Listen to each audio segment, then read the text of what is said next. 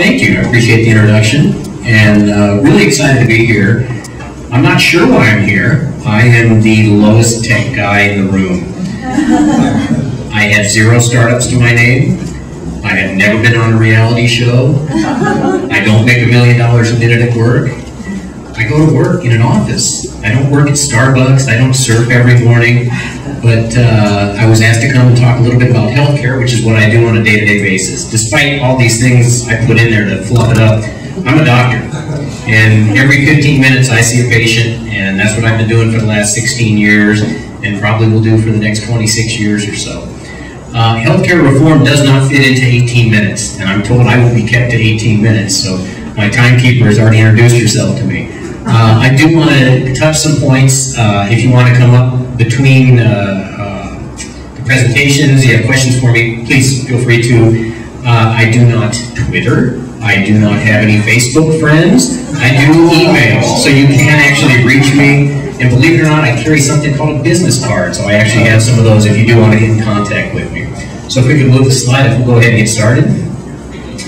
What are some of the issues we face in healthcare? You've heard about a lot of these. One is we are all getting older. And I was expecting a bunch of college students here tonight, but I'm glad to see we have some adults in the audience. Some of you have probably even gone to a doctor in your life. But there's no question, when you look at what's happening in the United States, the curve is marching to the right. People are living longer. People are living into their 80s, 90s, 100s, and above. And these people are going to need health care. The burden of the uninsured is very significant in this country. There are, by some estimates, 50 million people that lack health care coverage. And I can tell you that many of these people need care. I provide care to many of these people. I don't have the capacity to provide care for 50 million. Well, it always comes down to money, and we're going to talk a little bit about money tonight. We're going to talk about where the dollars go and where the dollars need to go. I'll talk a little bit about the workforce, who's going to take care of all these people. And I will talk about technology. I don't know anything about it, but I will talk about it, and I'll even try a magic trick of my own tonight. So if we can go ahead and do the next slide. Well, the biggest issue is going to be cost. And certainly the increases we have on a yearly basis are not sustainable. Does anybody know how much we spend in the United States in 2010 on healthcare? Estimate of $2.6 trillion with a T. By 2018, if we don't change what we're doing, estimates are $4.35 trillion. This is government data, I'm not making this up. Currently, we're at about 17.7% of GDP that we spend. And if we don't change things, we'll be at 20% by 2018. It's too much. We cannot continue doing what we're doing. Okay, next please. We also have a problem with there's not enough of me. And as much as I would love to clone myself, there are very few what are called primary care doctors, which is what I do. I see people on the front lines, high blood pressure, diabetes, colds, depression, that's low back pain, that's what I do every day. Estimates are we're going to be short in this country of MDs and DOs that do primary care by about 100,000 within the next 10 years, okay? And we're going to try and take care of this extra 50 million people that aren't getting health care at this point. Well, to make matters worse, there's a lot of other people involved in health care. I happen to be married to an RN, and we're going to be short about 250,000 RNs by 2020 if we don't do something. 250,000. Isn't that bigger than the population of the county here, if I'm not mistaken, or somewhere around there? If you go deeper, you look at the people that work in the hospital, that work in the laboratories, that help you when they do x-rays, people called radiation techs. Nobody's training them. There's nobody out there to fill these slots. And we are really approaching the edge of the cliff. Now, the rise of the mid-levels is not Terminator 4. One of the things we are attempting to do is replace people like me with people who are called physician's assistants or nurse practitioners. And this is a subject that requires a lot more than 18 minutes. But basically what we're doing is we are taking people who have significantly less training than MDs or DOs, we are plugging them into spots on the front lines. And in addition to the front lines, we're plugging them into spots on the back lines. Now, I'm not saying this is a bad thing. I happen to work with PAs every day. I've worked with nurse practitioners. Some of them are absolutely fantastic. I could not run my office without them. But this may not be the only answer. It may just be part of the answer. The demographics are changing.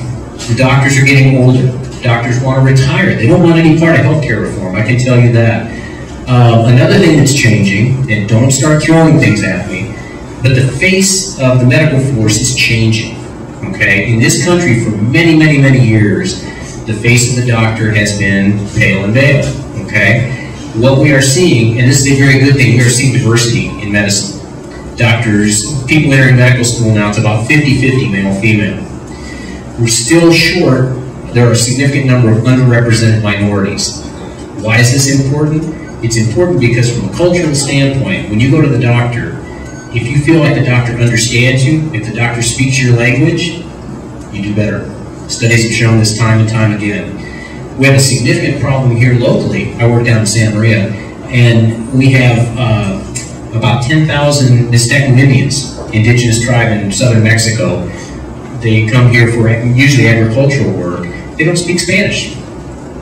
They speak a number of dialects called Mixteco. Very few people speak Mixteco. I misspoke. They're Oaxacans, not Mixtecos. Their language is Mixteco. The language isn't written.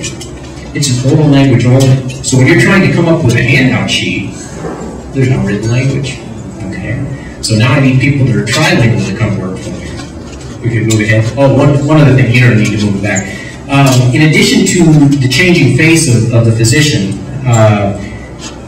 doctors want to work less. On average, female physicians work about 8 hours less per week than male physicians.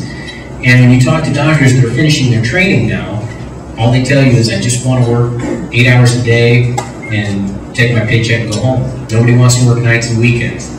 In the old days, medicine was a calling. Now medicine is becoming a job. All right, technology. EMR stands for electronic medical record. I tried to type in EHR for electronic health record. PowerPoint wouldn't let me do it. It kept switching me back. The government has offered us money to help pay for electronic health records in our offices. But it must meet a definition of something called meaningful use. Now, if any of you can tell me what meaningful use is, I would really appreciate it, because the government so far has not told me. So for me to take a stab in the dark of about probably $20,000 to $40,000 per each provider in my office to set this up and not know if I'm going to get any reimbursement for it is a big, big step. Another problem we face in medicine is with all the fancy toys we have. You've heard of CAT scans and PET scans and MRI scans and whatnot. Imaging is really cool, and we use it way too much. Okay, I've heard in the past, I don't know if it's still true, but I heard there were more MRI machines in the city of Pittsburgh, which is not a particularly big city, than in the country of Canada. I don't know if that's still true or not, but if it's even close to being true, isn't that a little bit of excess? Also, the promise of molecular medicine. I mean, we need to rein in costs, but we have all these cool things coming down the road. Gene therapy is so promising. I look at the technologies that we use today in medicine. I look at what I used 20 years ago when I was in my training.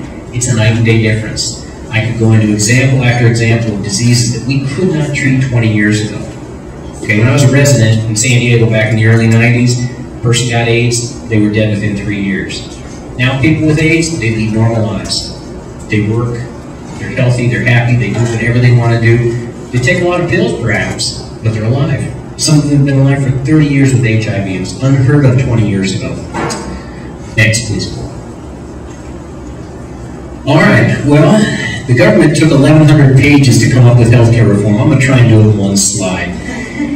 It is going to be phased in over the next 8 years. Actually, some of the changes are taking place right now. And in their infinite wisdom, the government picked the easy stuff first. They decided that kids could stay on their parents' health plan until they're 26. That's popular. People like that. It's actually a really good idea. But the big changes are coming in about 3 or 4 years. So we kind of have a little break right now.